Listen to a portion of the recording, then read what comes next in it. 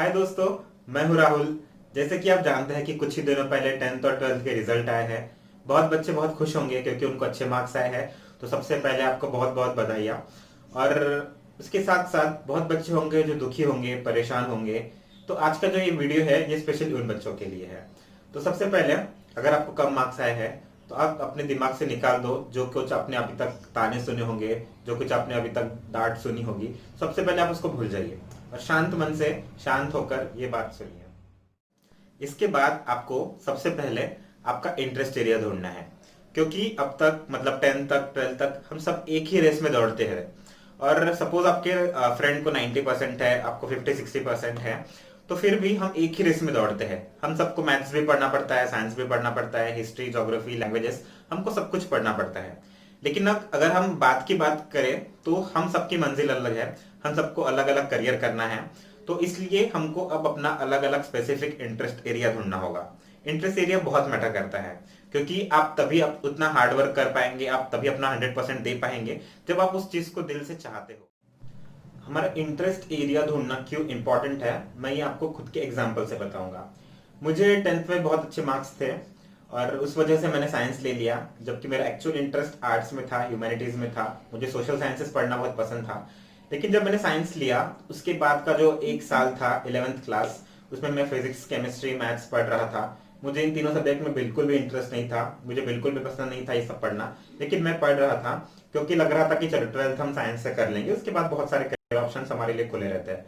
लेकिन धीरे धीरे मेरा टेंशन बढ़ने लगा, स्ट्रेस बढ़ने लगा। और तब समझ में आया कि नहीं, मुझे साइंस नहीं करना, मुझे साइंस पसंद नहीं है। तब मेरा जो इंटरेस्ट एरिया था क्लियर था कि ठीक है, मुझे साइंस तो नहीं करना। तो उसके बाद मैंने एक बहुत डिफिकल्ट डिसीजन लिया कि नहीं, मुझे 12th में आर्ट्स लेना है, मुझे साइंस नहीं करना है। और उसके बाद मैंने आर्ट्स लिया। और ये बहुत डिफिकल्ट होता है कि उसके बाद घर वालों को समझाओ कि तुमको स्ट्रीम चेंज करना है, क्यों करना है। और जिस तरह से हमारे सोसाइटी की मेंटालिटी है कि साइंस ही अच्छा है, साइंस के बाद बहुत सारे करियर है, आर्ट्स में कोई मतलब कोई स्कोप नहीं है, उसमें कोई करियर अच्छा नहीं हो सकता, वो जिनको अच्छे मार्क्स नहीं है सिर्फ वही आर्ट्स करते हैं। तो ये बहुत सारी चीजें थी, ये मेंटेलिटी चेंज करना बहुत डिफिकल्ट था। बट मैंने फिर भी यह डिसीजन लिया। और उसके बाद बहुत कुछ चेंज हो गया, मतलब जो मेरा टेंशन था, स्ट्रेस था, वो एकदम से कम हो गया। मुझे जो सोशल साइंसेस के सब्जेक्ट थे मुझे बहुत पसंद आने लगे। मेरा इंटरेस्ट मुझे समझ में आ गया कि नहीं, मुझे सोशल साइंसेस ही पढ़ना है। तो एक साल के बाद जब 12th का रिजल्ट आया तब अच्छा रिजल्ट था। और उसके बाद बहुत अच्छी लाइफ मेरी शुरू हो गई, मतलब फर्ग्यूसन में मैंने एडमिशन लिया, वहाँ पे बहुत कुछ सीखा। और उसके बाद देश की दो बड़ी बड़ी यूनिवर्सिटीज, मतलब एक दिल्ली स्कूल ऑफ इकोनॉमिक्स जो कॉलेज है, दिल्ली यूनिवर्सिटी के अंदर आता है, और दूसरा Tata institute of social science, इनकी एंट्रेंसेस मैंने क्रैक की।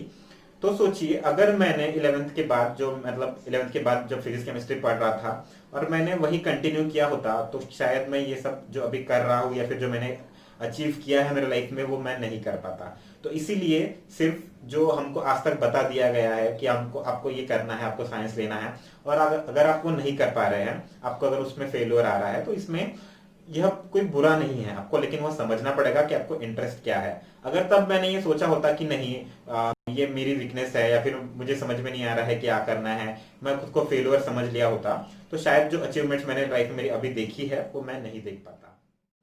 तो अगर आपने अभी 10th पास किया होगा तो मैं आपको सजेशन देना चाहूंगा कि अपनी स्ट्रीम, मतलब साइंस, कॉमर्स, आर्ट्स या फिर वोकेशनल कोर्सेज कुछ हो सकते हैं, वो बहुत सोच समझ कर चूज कीजिए। जिसमें आपको इंटरेस्ट है वही कीजिए।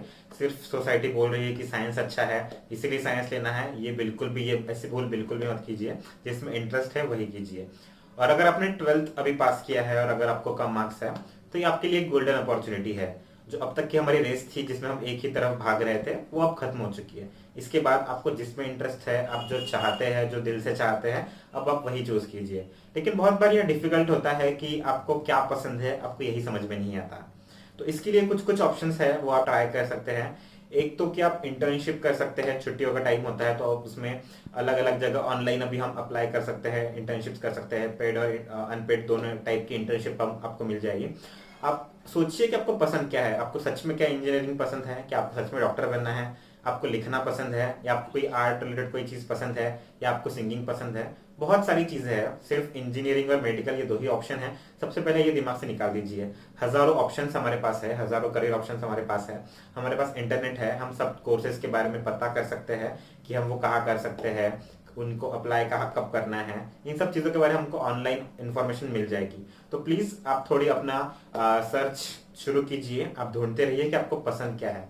और हमारे जो सोसाइटी है उसमें हम अगर एक साल ड्रॉप ले ले तो बहुत बुरा समझा जाता है, लेकिन अगर आप 12th के बाद थोड़ा कंफ्यूज है, आपको सोचने के लिए टाइम चाहिए कि आपको क्या करना है एक्चुअली, तो आप एक साल का ड्रॉप भी ले सकते हैं। उस टाइम में आप इंटर्नशिप करके देखिए, अलग अलग जगह काम करके देखिए, आपको एक्सपीरियंस जब आप लोगे तब आपको शायद पता चले कि आपको किस चीज़ में इंटरेस्ट है, और इसी टाइम पे शायद आपको समझ में आ जाए कि आपको लाइफ टाइम क्या करना है।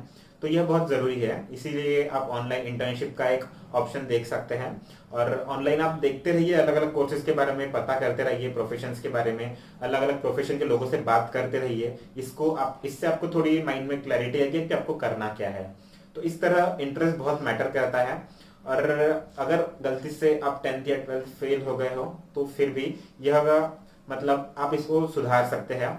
10th और 12th की लाइफ का एंड नहीं है, ये तो बस एक शुरुआत है। तो आपको यह याद रखना होगा कि यह अंत नहीं है, आपको एक नई शुरुआत करनी है। तो फिर से डटे रहिए, फिर से आपको संघर्ष करना होगा, आपको और लड़ना होगा, हार्डवर्क करना होगा। लेकिन अगर आप यह करेंगे तो आप जरूर आगे बढ़ेंगे।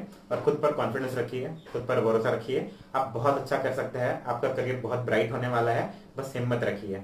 और उम्मीद है आपको यह वीडियो पसंद आया होगा। तो प्लीज़ वीडियो को लाइक कीजिए, कमेंट करके बताइए कि आपको क्या अच्छा लगा, क्या अच्छा नहीं लगा, और दोस्तों के साथ शेयर कीजिए, स्पेशली जिन्होंने 10th और 12th क्लास की एग्जाम्स दी है उनके साथ यह वीडियो शेयर कीजिए। और चैनल को अब तक आपने सब्सक्राइब नहीं किया है तो प्लीज़ चैनल को सब्सक्राइब कीजिए। Thank you.